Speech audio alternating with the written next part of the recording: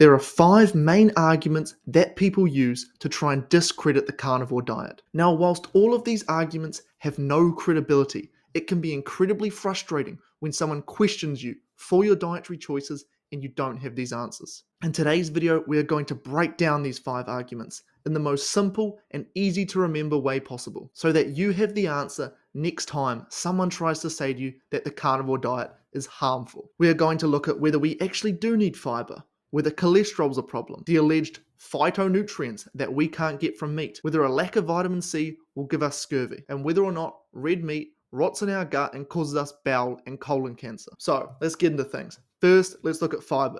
Your doctor may say to you, you need fiber for a healthy gut and to stay regular. Well, what's interesting is that the carnivore diet actually reverses IBS and gastrointestinal issues. Hundreds of thousands of people do the carnivore diet, and pending they're not eating incredibly lean and they're actually getting some fat in their diet, none of them get constipated. In fact, in a study of over 2,000 people on the carnivore diet done by Harvard University, 97% of people improved or resolved their stomach issues. Now, I'll be the first to admit, this isn't the greatest study ever done. There's a number of issues, including self-selection bias. But when 2,000 people say that a certain diet improved their stomach issues, reversed their IBS, which for those who don't know, IBS stands for irritable bowel syndrome, and many people with IBS have constipation, it goes a long way to showing the credibility that we do not need fiber. The truth is, humans are a carnivorous species. We know this due to a number of reasons. First, we can look at our fossils from 12,000 years ago and prior, before we started agriculture.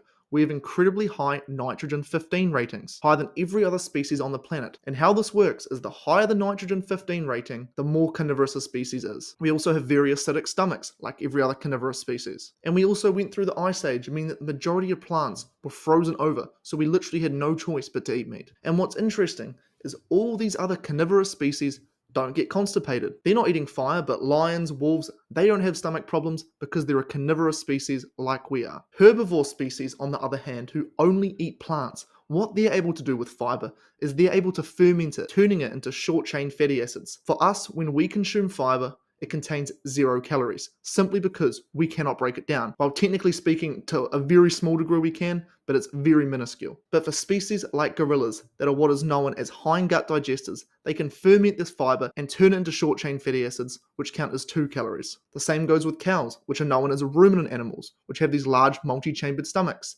They can use their rumen, which is their largest stomach, to turn this fiber into short-chain fatty acids. But humans, we don't have any of these characteristics. We cannot absorb fiber. It binds to nutrients, preventing their absorption, as well as the fact that it just messes with our gut. Fiber causes issues for many people, and by simply reducing the amount of fiber you're consuming, many people see that their stomach issues greatly improve or completely resolve, as demonstrated by the Harvard study. Now, there's one concept that is super important for all of the points on this list, and that is what is known as healthy user bias. You'll often see studies saying that red meat is bad, or increasing the amount of fiber you're consuming is a good thing, because we see improved health outcomes when this occurs. But here's what they'll do. This high fiber, low meat intake group, they're eating primarily fruits and vegetables, because that's where you get fiber from. They're not eating ultra-processed foods, because in ultra-processed foods, they strip the fiber from these foods. And then the low fiber group, high meat intake group, have a guess what they're eating?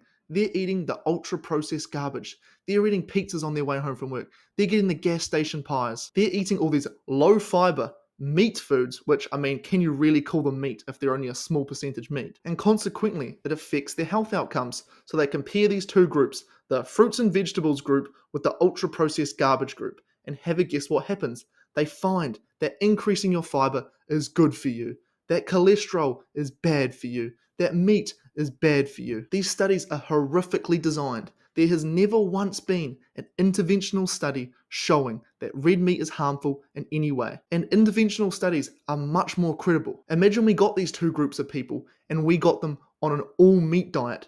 That's the only way to see if red meat is truly the problem. How can you blame red meat for the problems caused by these emulsifiers, preservatives, all the other garbage they chuck in these things? The only evidence that shows fiber's a good thing or that cholesterol's a bad thing are from these studies that have this healthy user bias. So yeah, keep that concept in mind whilst we go through these points. Now let's look at cholesterol. There's a few paths you can go down regarding cholesterol. There are some studies showing that low cholesterol is worse for you than high cholesterol. But the problem with going down this route is there's so many conflicting studies on this topic, and it makes it much harder to conclusively prove your point. So in my opinion, the better argument is just to simply put it like this.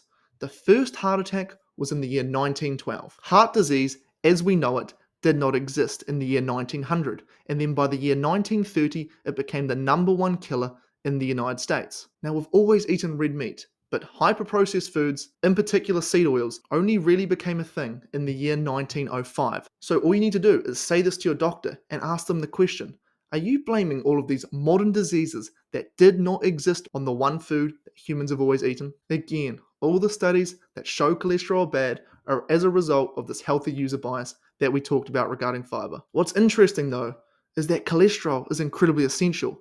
Our body produces a small amount of it. Our cells are made from it. If cholesterol is so toxic, why is our body naturally producing it? It's a precursor to many of our hormones, including testosterone. It's incredibly apparent when a man does not consume enough cholesterol. Another argument that some people have is that there are these alleged phytonutrients that we can only get from plants. Now, this one's simple. You just ask them to name one. There is not a single nutrient that we cannot get from meat in sufficient quantities. If your entire diet is meat, you get every single nutrient you need in the perfect quantities. It's almost like humans have eaten this way for an extended period of time, and so over time we've become accustomed to getting this amount of each nutrient, and therefore our body continues to want that amount. But then they'll say on carnivore you won't get enough vitamin C, and you'll end up getting scurvy, like all these sailors allegedly did some time back. Now, maybe these sailors did get scurvy, but they weren't eating fresh meat. In meat, there is more than enough vitamin C. Now, technically speaking, a carnivore diet doesn't meet the RDA for vitamin C intake, but there are a number of reasons for that. When you're consuming plants, you have lots of fiber. You have these defense compounds which act as nutrient blockers. I mean, fiber itself binds to nutrients, affecting their absorption, but many of the other defense compounds, such as tannins, also bind to these nutrients, which further prevents their absorption. So for one, because you're not consuming these other compounds that block the absorption of vitamin C, you're going to need a lot less, as well as the fact that vitamin C and glucose have a very similar molecular structure. And glucose is what carbohydrates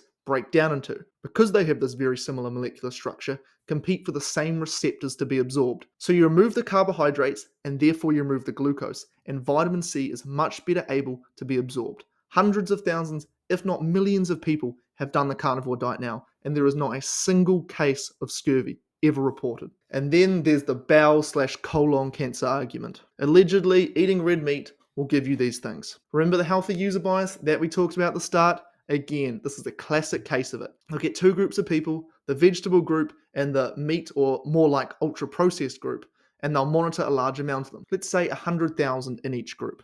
They'll track them for 5 years. And then, in the meat group, there'll be 2 people that get bowel cancer. And in the vegetable group, there'll be 1 person that gets bowel cancer. Now, you know it's a much better headline than saying 2 out of the 100,000 people from the meat group got bowel cancer, and only 1 person from the vegetable group got it? Well, you can just say, eating red meat doubles your chance of getting these diseases. And that's what they do. And all the normal people who, get their health advice literally from news headlines, they go around and repeat this. Eating red meat will give you bowel cancer. It doubles your risk. But in reality, that is just not the case. Again, hundreds of thousands, if not millions of people on carnivore, and not a reported case of bowel cancer. If red meat was so bad for you, can someone explain to me how these people who have been on carnivore, some for as long as 60 plus years, don't have it? Anyways, subscribe if you want to see more videos like this, and thanks for 10,000 subscribers. I genuinely really appreciate each and every single one of you. On screen now, there are a couple of other videos that I think you'll like, and yeah, I guess I'll see you all next time.